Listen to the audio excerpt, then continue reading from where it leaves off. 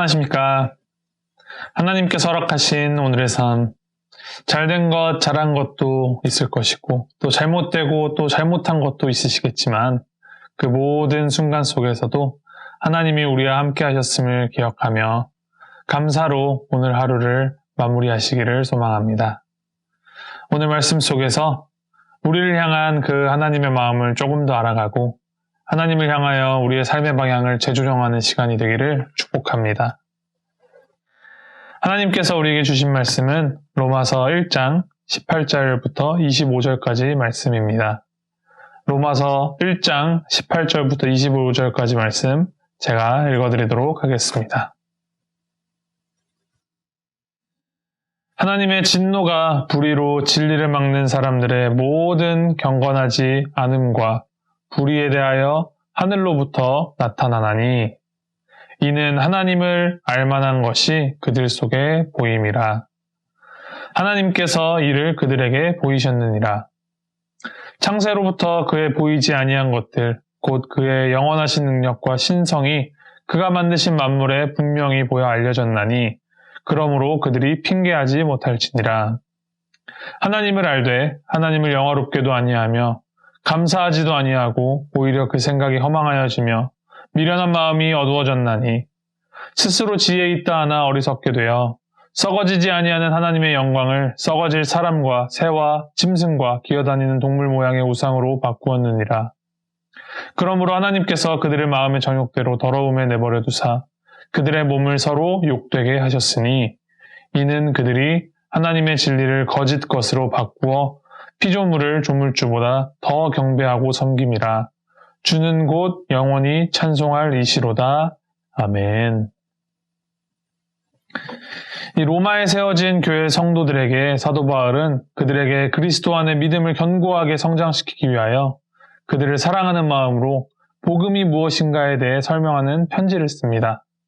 그것이 지금 저희가 읽는 로마서이지요. 잘 아시다시피 로마서에는 기독교의 그 복음의 정수가 담겨 있다고 말합니다. 그렇기에 우리는 로마서를 더 각별히 잘 읽고 이를 잘 받아들여야 합니다. 어제까지의 본문 말씀이 인사말과 같은 편지의 서문이었다면 오늘 본문 말씀부터 본격적으로 복음이 무엇인가라는 설명이 시작됩니다. 사도 바울이 주제문처럼 복음에 대하여 언급하기 시작하는 것은 사실 16절, 17절입니다. 제가 한번 읽어드리면 내가 복음을 부끄러워하지 아니하노니 이 복음은 모든 믿는 자에게 구원을 주시는 하나님의 능력이 됨이라. 먼저는 유대인에게요 그리고 헬라인에게로다. 복음에는 하나님의 의가 나타나서 믿음으로 믿음에 이르게 하나니 기록된 바 오직 의인은 믿음으로 말미암아 살리라 함과 같으니라. 이 16절에서는 복음의 능력, 복음의 힘에 대하여서 설명하는데 복음이란 모든 믿는 자에게 구원을 주시는 것임을 설명하고 17절에서 이 복음의 능력은 곧 하나님의 의에서 비롯되며 이 하나님의 의를 믿는 믿음을 통하여 이루어진다라고 말합니다. 그리고 나서 이 하나님의 의가 왜 필요한지에 대한 설명으로 오늘 본문이 이어지는데 그것은 죄와 악인들을 향한 하나님의 진노가 나타나기 때문이며 하나님의 진노는 사람들의 불의, 즉 하나님과의 언약의 관계를 스스로 끊어내고 우상을 섬기고 진리를 가로막는 죄를 범하였기 때문이다라는 설명을 하고 있습니다. 이 진노의 하나님, 심판하시는 하나님, 혹은 질투의 하나님. 이 성경에 기록된 이러한 표현들을 문자 그대로 받아들여서 기독교는 지나치게 배타적이고 편협하다. 사랑의 하나님이라고 하면서 차별하고 편애한다라고 하며 모순이라고 생각하고 평가하는 경우가 많이 있습니다. 이것은 지극히 인간의 시각에서 하나님의 성품과 하나님의 행하심을 평가할 때 발생하는 완전히 잘못된 오류이고 오해입니다. 하나님의 그 절대적인 속성 가운데 하나는 하나님은 거룩하신 분이시다라는 것입니다. 이 거룩이라는 것은 죄와 완전히 구별되시고 죄와 결코 함께 하실 수 없으시기에 하나님 앞에 모든 죄는 마땅히 없어져야만 하는 것입니다. 그러한 거룩하신 하나님 앞에서 죄에 대한 하나님의 진노라는 것은 하나님이 감정적으로 혹은 기분의 그 업다운에 따라서 판결이 내려지고 그렇게 행해지는 것이 아니라 어떻게 보면 스위치처럼 0 아니면 1, 켜짐 혹은 꺼짐과 같이 단순하고 당연하게 작동되는 죄에 대한 판결인 것입니다. 하나님의 진노는 하나님이 내리시는 것이 아니라 사람들이, 우리 인간들이 거룩하신 하나님이 아닌 죄를 선택함으로 스스로 자처한 것이다라는 것이죠. 하나님은 온 세계를 창조하시던 그 순간부터 모든 피조물들이 하나님의 그 살아계심, 그 하나님의 존재를 깨달을 수 있도록 곳곳에 스스로를 드러내셨습니다. 마치 작가가 작품에 사인을 남겨놓듯이 그 피조물 안에 하나님의 그 섭리와 하나님의 손길을 지문처럼 남겨놓으셨습니다. 그 대표적인 예가 우리 안에 양심입니다. 어디서부터 배웠고 언제 배웠는지 그 누구도 정확히 알 수는 없지만 정도의 차이는 있지만 동서고금을 막론하고 인간 안에는 선과 악에 대한 그 기준이 늘 존재하여 왔습니다.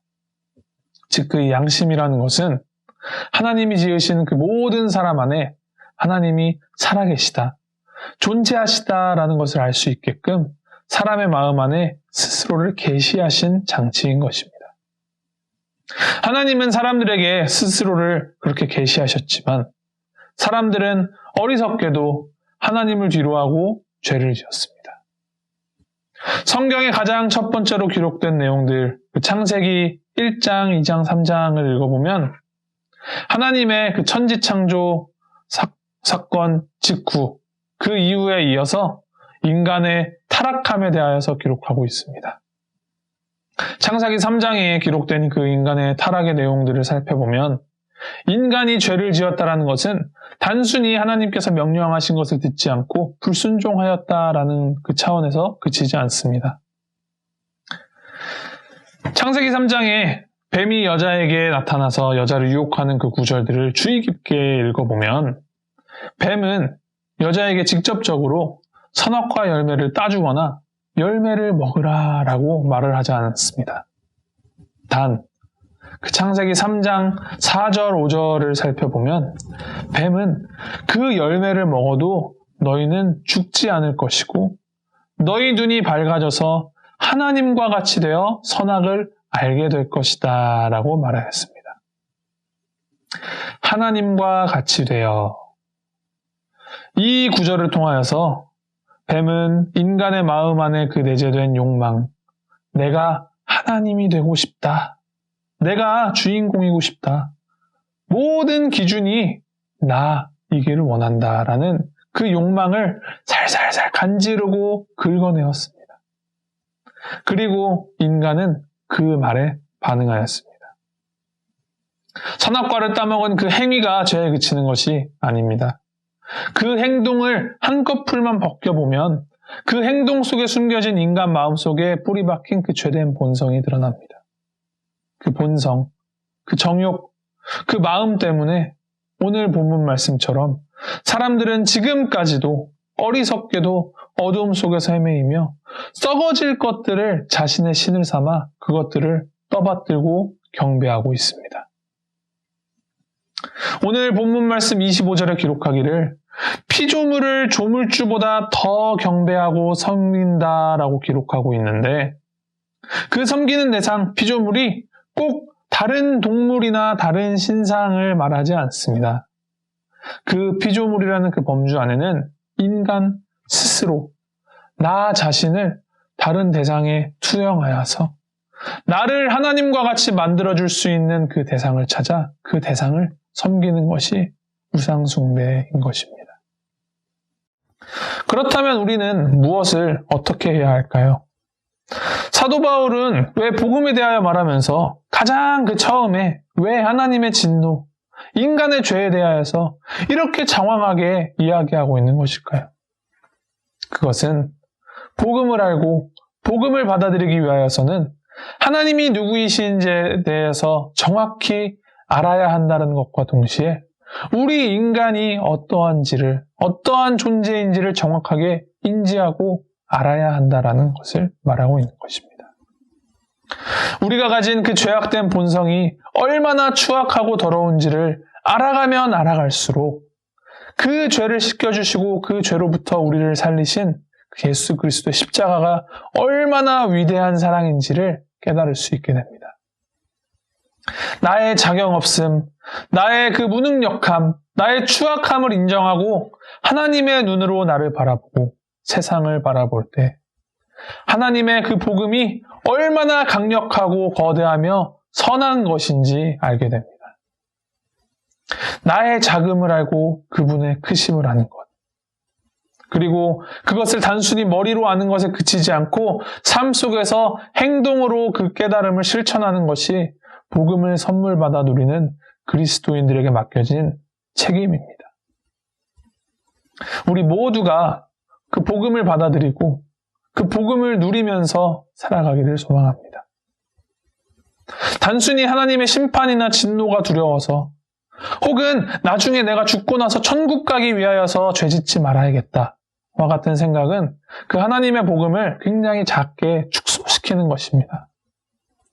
우리의 죄는 우리 스스로 해결할 수 있는 것이 결코 아닙니다. 그 문제를 하나님에게 온전히 맡기고 나의 삶의 그 운전대를 완전히 하나님에게 맡겨드릴 때 하나님은 예수 그리스도를 통하여서 우리의 그 죄의 문제를 단숨에 해결하셨습니다. 결코 없어질 것 같지 않은 그 죄의 얼룩을 단번에 씻어내신 강력한 그 세제와 같은 하나님의 복음, 그 복음을 우리에게 주신 그 하나님을 진정으로 사랑하고 하나님과의 그 사랑의 관계 속에서 나의 삶의 작은 부분까지도 하나님의 그 말씀 따라서 하나님의 인도하심을 따라서 살아가는 저와 여러분이 되기를 주님의 이름으로 축복합니다. 우리 함께 기도하시겠습니다.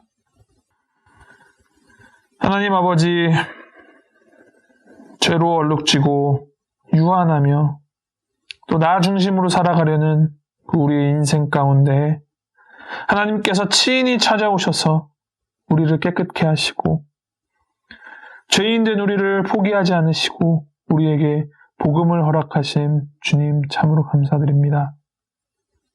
하나님, 우리가 살아가면서 하나님이 아닌 다른 썩어 없어질 것들에게 마음을 뺏기지 않게 하시고 오직 영원토록 변함없으신 위대하신 하나님의 영광을 위하여서 매일매일을 살아가는 우리가 되도록 주님 인도하여 주시옵소서. 우리 삶의 중심을, 우리의 삶 전체를 하나님께 드리며 주님께서 우리 안에 선하게 일하실 것을 기대하며 나아갑니다. 하나님, 우리가 주님을 더욱더 사랑하고 주님을 더욱더 따르도록 우리 가운데 굳건한 믿음을 허락하여 주시옵소서. 우리와 늘 함께 하시겠다 약속하신 임마누엘 우리 주 예수 그리스도의 이름으로 기도하였습니다. 아멘.